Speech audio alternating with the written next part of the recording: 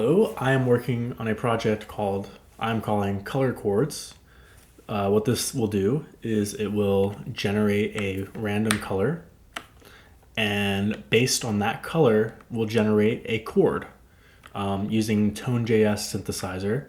So this is kind of an exploration into learning tonejs and kind of generally the way audio on the web works, and is also a kind of artistic curiosity of mine to explore this relationship between color and sound. So here's what it is now.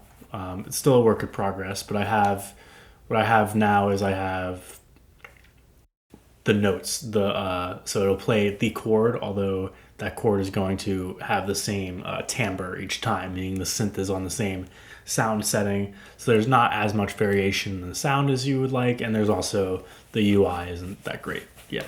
But so here's what it is now.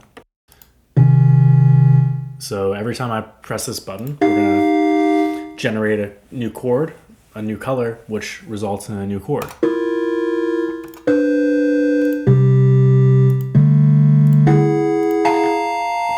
So that's what it does.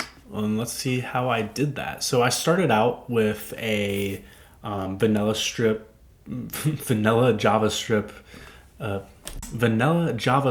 Vite project, Vite project, c'est français. I started out with that, and my first step was to generate a random color. So what we did for that is I just had to put a selector on the entire app, which, we're looking at this div, which is kind of where the whole thing lives. And on the app, first I'm saying, I'm producing a random color in RGB format. So we have random color equals RGB plus random int for R, comma, plus random int for G, and then plus random int for blue. And so that will give me, what that will give me is is that, right? So RGB, and we're getting this format of these three numbers, which will produce a random color. So here I set the background color to this random color. That gives our div that color. And then I'm also putting the color in as a heading so that we can also see what it is, right? And that's it for the color, right? So that's going to make it so, we're going to generate a new random color every time. And I've also added an event listener on our play button here so that actually that random color is going to be generated again every time I click the button. And then what I do is I separate the R, the G, and the B out, and I have separate values for all of those. And that's important because I'm actually basing my synth sounds on these colors, right? So basically these chords have 3 notes in them. And I've chosen to base each of the 3 notes on one of the 3 colors, red, green, blue, right? So the first note is going to be based on the amount of red. The second note is based on the amount of blue, actually. And the third note is based on the amount of green. Kind of what I did is in order to establish the blue, first I kind of looked at red, blue, and green and just did a little bit of research into the emotive content of these colors and kind of just did a very quick little thing. So red, passion, love, intensity, alertness; blue, calmness, serenity, security, water; green, health, tranquility, nature, new growth. So since red is what we're basing our root note on, what I did was I did some research on properties of musical keys, which would be the root note, would be the key, and then I tried to map those keys to how red they would be, right? In terms of how much does that evoke passion, love, intensity, alertness.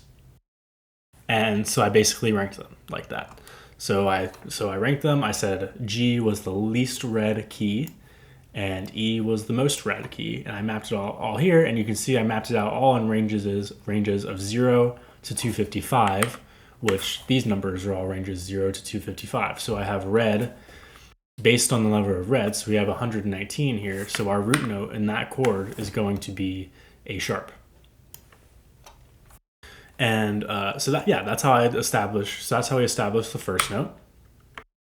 And then so the next note blue is going to be based on the first note, right? Because the first note affects, if you know anything about chords, the first note is going to affect where the second note's going to be, right? If you have a major chord, where the first note is, a major third up from that varies based on where the first note is. So in order to do that, I actually had to put in some data here, and I created all of these objects for each keys, and I put in all the intervals I might want to use for each of them. So for A, I put a major third, C sharp, major 6, F sharp, and all the way up to a major 7th, G sharp. And so I mapped out all of the, for all the keys, I mapped out where certain intervals for those keys are, so that I can create the chord. And I also have this root to key function, which is going to, because I'm not allowed to name objects with a sharp symbol or a pound symbol. So I had to map it so that G sharp would return as this, right?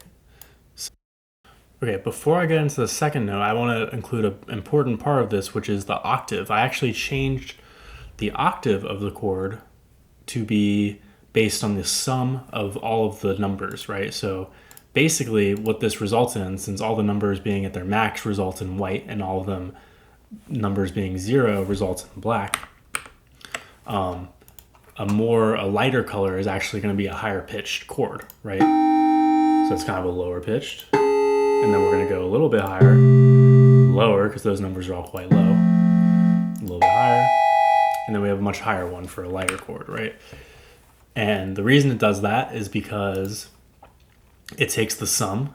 If the sum is less than 256, we're going to use octave 3, and if it's over 511, we're going to use octave 5, and then between octave 4, right? So I'm also passing in an octave there.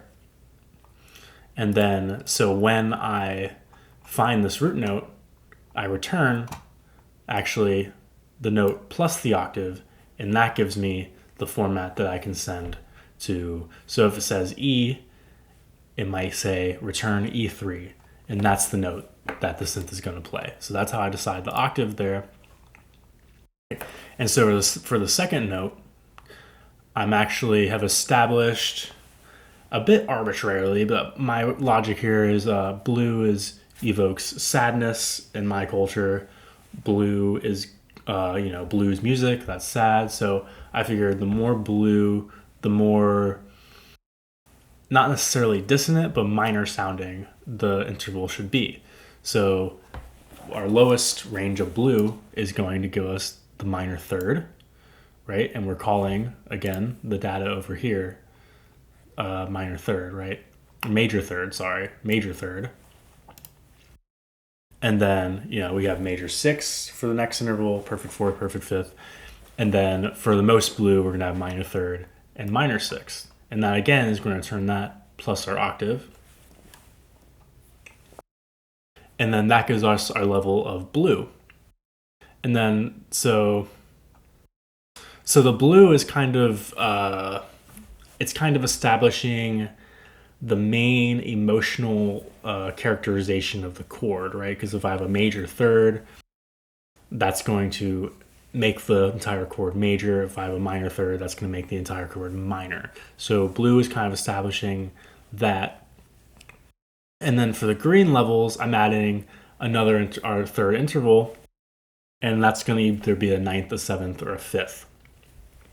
So, and it's really just set up the same way, right? We have our interval is going to be a minor ninth for the lowest amount of green, and then a major seventh for the highest amount, and then we have all these ranges in between. And again, I'm going to put an octave, right? So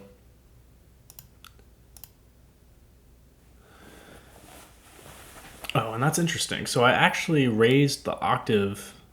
Oh, so if the key is not minor seventh or major seventh, I'm actually raising the octave by one here. And the reason is that is because I'm using a ninth, right? So if I stay in the same octave, so a ninth of C, for instance, would be D, right? But if I stay in the same octave, those are going to be right next to each other. But I want that to be a ninth, not a second. So I'm going to raise that up an octave, and then we're going to have a nicer sound, right? So that's why I did that. And same thing for the fifths, right? I want that to be an octave higher, so it's not clashing as much. But the sevenths, I don't want that, because sevenths are already spread out enough. And, to do that, I had to parse an int to add to it, and then bring it back to a string, talking about the octave, in order to concatenate that with the note, and to give us that note again. And so you can see, I find the root, I pass RGB, I find the second note, I pass RGB and the root note, I find the third note, I pass RGB and the root notes there as well. And this could really just be root, right? Actually, this could be a little more efficient because I already did this function right here, so I should just be putting this variable here, right? So let me actually just do that and see if it breaks. That would be annoying, because then I would have to do... No, I wouldn't. I would just edit it out, actually. So let's see if that works.